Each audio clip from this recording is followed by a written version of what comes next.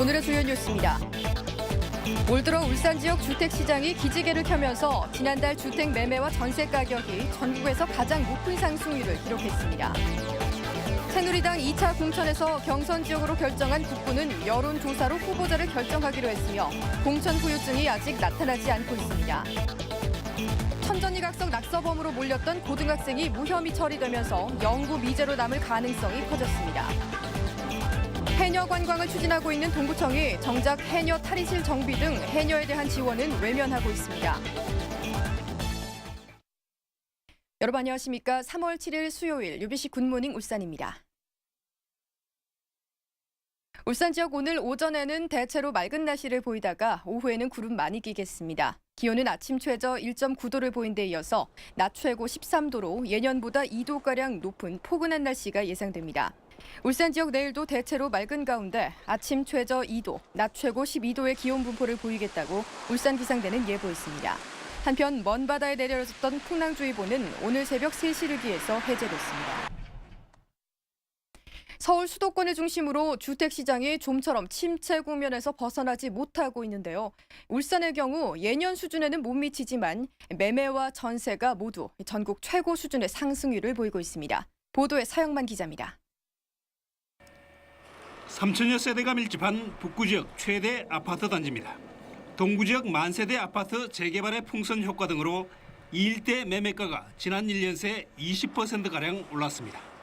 작년 같은 경우에는 정부에서 세금, 취득세도 그런 감면 혜택이 있었어요. 그렇기 때문에 그때 많이 움직였다고 보면 되고요. 지난해 말로 취득세 감면 혜택이 사라지면서 상승폭이 둔화되기는 했지만 최근 들어서도 울산은 여전히 전국 최고 수준의 상승세입니다. 실제 지난달 지역 주택 매매가는 1월에 비해 1.1%, 전세 가격은 1.3% 올라서 전국 평균을 크게 웃돌며 16개 시도 가운데 상승률 1위를 기록했습니다. 지역별로는 사업체가 많은 동구와 북구가, 유형별로는 입주 물량이 부족한 아파트가 가격 상승을 주도했습니다. 금융위기 이후에 2008년 분양가 상한제 이후에는 거의 분양된 게 없고 최근에 연간 한 2천 가구 내외 정도밖에 입주 물량이 없었습니다.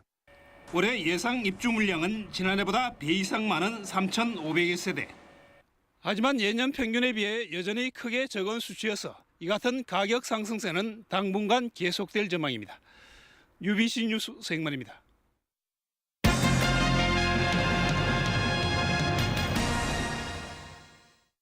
새누리당 2차 공천에서 경선 지역으로 분류된 북구는 여론조사를 통해 후보를 정하게 됐습니다. 전국적으로 공천 후유증이 심각하지만 울산은 별다른 반발이 없는 것으로 나타났습니다. 보도에 선우석 기자입니다. 새누리당 2차 공천 발표에서 유일하게 경선 지역으로 분류된 북구는 여론조사로 후보를 정하게 됐습니다. 북구 후보자 경선 방식이 여론조사 방식으로 결정되었음을 선포합니다. 박대동, 박천동, 최윤주 씨 등 3명의 경선 주자가 부작용이 우려되는 국민 경선 대신 여론조사 경선에 합의한 겁니다. 이에 따라 오는 10일 2개 여론조사 기관이 각각 1,000명씩 전화 면접 조사를 한 뒤 두 기관 결과를 합산해 공천자를 결정짓습니다. 이 가운데 최윤주 후보는 여성 후보 가산점을 받게 돼서 자신이 득표한 지지율에서 20%의 가산점을 받게 됩니다. 전국적으로 새누리당 공천 탈락자들의 반발이 확산되고 있는 가운데 울산 지역 예비 후보들은 대체로 수용한다는 반응을 보이고 있습니다. 빨리 총선도 성공적으로 되길 진심으로 바라고 더 나아가서 연말 대통령 선거에서 우리 새누리당이 국민과 역사를 위해서라도 이 밖에 다른 예비 후보들 사이에서도 별다른 반발 기류가 엿보이지 않아 지역에서만큼은 공천 후유증이 크지 않을 거란 전망입니다. 다만 전략 지역으로 분류된 남구갑 지역의 선출직 공직자들이 최병국 의원의 공천 탈락 시 집단 행동에 나설 수 있다고 밝힌 바 있어 공천 후유증에 불씨가 될 수도 있을 것으로 보입니다. UBC 뉴스 선우석입니다. 민주통합당 한명숙 대표와 통합진보당 이정희 공동대표가 내일까지 야권 단일화 협상을 마무리 짓기로 한 가운데 지역에서도 연대 논의가 본격화될 전망입니다. 통합진보당 울산시당이 야권 단일화를 위한 원샷 경선을 제안한 데 대해 민주통합당 울산시당은 내일 후보가 확정된 다음 모레는 후보자와 시당 전체 연석회의를 거쳐 주말쯤 실무 접촉에 나설 예정이라고 밝혔습니다. 한편 민주통합당은 5차 공천 발표를 통해 북구 총선 후보로 이상범 전 북구청장을 확정했습니다. 울산시 선거관리위원회는 오늘 4.11 총선과 관련해 각 구군 선관위 주관으로 입 후보 안내 설명회를 갖습니다. 설명회는 총선에 참여할 입 후보 예정자와 선거 사무장, 회계 책임자와 정당 간부 등을 대상으로 관련 업무를 적법하게 처리하는 데 도움을 주기 위해 마련됩니다. 국보 제147호 천전리각석 낙서범 수사를 진행해온 경찰이 낙서범으로 지목했던 고등학생을 무혐의 처리했습니다. 무리한 수사였다는 지적과 함께 이번 사건이 영구 미제로 남을 가능성이 높아졌습니다. 김규태 기자입니다. 천전리각석 낙서 사건에 대한 경찰 수사는 처음부터 논란투성이었습니다. 경찰은 수학여행을 왔다가 인솔교사가 없는 틈을 타 낙서를 했다며 서울의 한 고등학생 17살 이모군을 용의자로 지목했습니다. 용의자의 최초 진술이 구체적이고 목격자가 있다는 게 이유였습니다. 낙서 시점에 대해서 그 논란이 있었는데 2010년 10월 달에 낙서를 보았다는 그 목격자 저희들이 진술까지 확보했습니다. 하지만 경찰이 밝힌 낙서 시점보다 넉 달 뒤인 11월과 1년 뒤인 지난해 7월 2일에 찍힌 사진에는 낙서 흔적이 발견되지 않는 등 경찰 주장을 반박하는 자료들이 잇따라 제시되면서 경찰 수사에 의문이 제기됐습니다. 더욱이 용의자 이모군마저 당초 진술을 번복하면서 경찰 수사는 표류했습니다. 그럼에도 경찰은 검찰의 불구속 수사 의견을 제시했다가 2차례나 재조사 지휘를 받았고 결국 아무런 증거도 확보하지 못한 채 무혐의로 5개월 넘게 끌어온 이번 수사를 마무리했습니다. 보험 수사를 했습니다만 결정적인 그런 증거가 없어가지고 결국은 이제 우리가 불기소로 송치를 했습니다. 경찰은 새로운 증거가 발견되지 않는 한 더 이상 수사 계획은 없다고 밝혔습니다. 여기에다 검찰 역시 일부 사실관계만을 추가로 확인한 뒤 사건을 종결할 방침인 것으로 알려져 사실상 천전리각석 낙서 사건이 미제로 남을 가능성이 높아졌습니다. UBC 뉴스 김규태입니다. 동구청이 수억 원을 들여 해녀 관광을 추진하고 있습니다. 하지만 정작 해녀들을 위한 탈의실은 예산이 없다면서 보수공사조차 하지 않고 있습니다. 윤경재 기자가 취재했습니다. 공사가 한창인 해녀 탈의실. 뜯어낸 바닥 합판에 시꺼먼 곰팡이가 가득합니다. 그러면은 머리도 아프다. 이 도저히 못 앉아 있겠다. 짐승이 죽어가 어디에 들어앉았나. 딱 뜯고 보니까 밑에 합판이 서가 늘어앉았고. 이 바닥 위에는 전열 판넬이 설치돼 있었는데요. 이렇게 흙이 축축해질 정도로 습기가 차 누전으로 인한 화재 위험에 그대로 노출돼 있었습니다. 정동이 안 되면은 습기가 올라가지고 전기판을 혼란소에다 말이야. 해녀 탈의실은 지난 2010년 말 동구청이 지어줬지만 35명의 해녀들은 악취에다 온수조차 제대로 나오지 않아 6개월여 동안 비워뒀습니다. 물을 좀 주전자에 디펴가지고 저 상바리 틈에다 여자들이 옷 갈아입는 데는 좀 보여서는 안 되잖아요. 저 상바리 틈에다가 옷을 갈아입고. 이딴 민원에도 동구청은 묵묵부답이었고 견디다 못한 해녀들이 십시일반 돈을 모아 보수공사에 나섰습니다. 이게서당 3천만 원입니다. 이 3천만 원 가지고는 해녀 탈의실 보수 예산이 없다는 동구청은 3억 5천만 원을 들여 연말까지 주전동에 해녀 체험관을 건립해 관광 상품으로 개발한다는 계획입니다. 필요한 지원은 외면하면서 해녀를 이용한 관광 사업에만 열을 올리는 행정에 해녀들의 불만은 커져만 가고 있습니다. UBC 뉴스 윤경재입니다.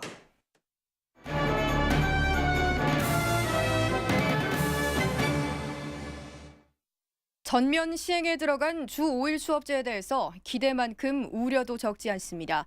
저소득층 학생들이 상대적으로 불이익을 받거나 또 사교육비 부담이 늘어날 수 있다는 지적입니다. 이영남 기자가 취재했습니다.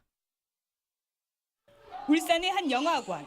주 5일 수업제가 되면서 토요일에 하는 영어 수업을 8개만 늘렸습니다.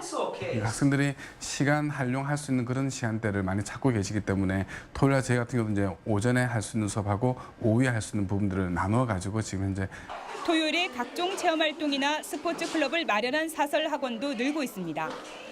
일선학교에서도 주 5일제가 시작된 첫날부터 토요일 대체 프로그램을 운영했습니다.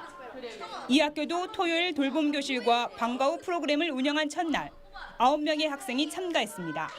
오늘 첫날은 저희가 보시다시피 도서관에서 이렇게 등교 희망 아동들을 저희가 게임도 하고 책도 읽고 또 비디오도 보고 이렇게 다양한 프로그램 운영하고 있습니다. 하지만 운영 초반 토요 프로그램의 학생 참여율은 저조했습니다. 돌봄교실과 스포츠클럽, 방과 후 교실 등 토요 프로그램 참가자 비율은 초등학교가 11.2%, 중학교는 8%, 고등학교 6.7%에 그쳤습니다. 토요일에도 일터로 가는 부모를 둔 자녀들을 위해 운영한다는 취지지만 프로그램 수준이 기대에 미치지 못하기 때문입니다. 학교에서 그냥 진짜 자기 혼자서 뭐 책을 읽으라고 시킨다던가 그런 일이 있어서 보내기는 싫고 돈을 주고 다른 어떤 좋은 프로그램이 있는 데를 보내자니 좀 돈이 들고. 주 5일제 시행으로 소득 간 교육 격차가 발생하거나 사교육비 부담으로 이어지지 않도록 대비책이 필요하다고 학부모들은 지적했습니다. UBC 뉴스 이영남입니다. 울산 석유화학단지와 여천단지를 연결하는 이녀 스팀 공급망 구축 사업이 본격화됐습니다. 비용 절감과 환경보호는 물론이고 석유화학 산업의 고도화에도 큰 도움이 될 전망입니다. 김익현 기자가 보도합니다.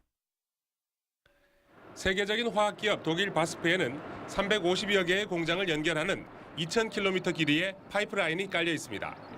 원료든 전기든 부산물이든 한쪽에서 쓸모없는 것들은 파이프라인을 통해 다른 쪽에서 쓸 수 있도록 한 겁니다. 공장과 공장 사이가 거의 연결되지 않은 울산 석유화학공단에서도 이런 노력이 시작됐습니다. 석유화학단지 내 삼성석유화학의 이녀 스팀을 한주에서 수집해 여천단지 내 삼성정밀화학 등에 공급하기로 한 겁니다.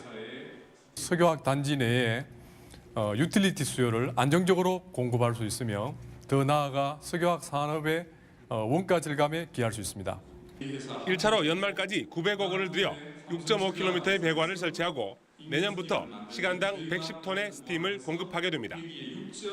안정적으로 열 팽창이라든지 또 지하에서 누설이 되지 않도록 이중 배관을 써서 안전하게 설계 시공을 준비해서 시공할 계획입니다. 이로 인해 연간 6만 9천 톤의 벙커 CU 사용을 줄여서 에너지 비용 350억 원과 이산화탄소 4만 6천 톤의 배출을 줄일 수 있을 것으로 보고 있습니다. 비용은 줄이고 환경은 살리는 일석이조의 이 사업은 앞으로 온산과 용현 등 다른 공단으로도 확대될 것으로 보입니다. 이와 함께 지역 75개 업체가 에너지와 원료를 서로 주고받을 수 있도록 파이프를 연결하는 통합 파이프랙 구축 사업도 본 궤도에 오르는 등 화학산업 고도화가 착착 진행되고 있습니다. UBC 뉴스 김익현입니다. 소비자 체감 경기를 나타내는 지역 소비자 심리지수가 다소 나빠진 것으로 나타났습니다. 한국은행 울산본부에 따르면 지난달 지역 소비자 심리지수는 89로 전달에 비해서 2포인트 떨어졌습니다. 6개월 뒤에 가계 수입 전망지수와 소비지출 전망지수 역시 전달보다 2포인트씩 하락해서 지역 소비자들은 전반적으로 체감 경기가 악화될 것으로 내다봤습니다. KTX 역세권 편입으로 상북면 진해리로 이전한 언양 가축시장이 오늘 새롭게 문을 엽니다. 이에 따라 지난달 21일부터 문을 닫았던 가축시장이 본격적으로 운영되며 다음 달부터는 출하번호와 정액번호 등 등록 후의 모든 정보를 한눈에 알 수 있는 송아지 전자 경매 시스템이 갖춰져 보다 빠르고 투명하게 경매가 이루어질 전망입니다. 수요 열린예술무대 뒤란이 JK 김동욱의 사회로 오늘 저녁 7시 30분 울산 문화예술회관 소공연장에서 열립니다. 오늘 공연에는 4년 만에 3집 음반 비바를 발표하고 전국 투어 콘서트를 하고 있는 감성 보컬 그룹 스윗소로우가 비바와 첫 데이트 등을 들려줍니다.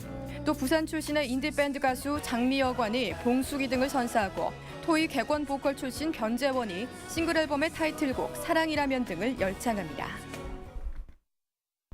울산 현대가 2012 아시아 축구연맹 AFC 챔피언스리그 조별리그 1차전에서 베이징 고안을 2대1로 이겼습니다.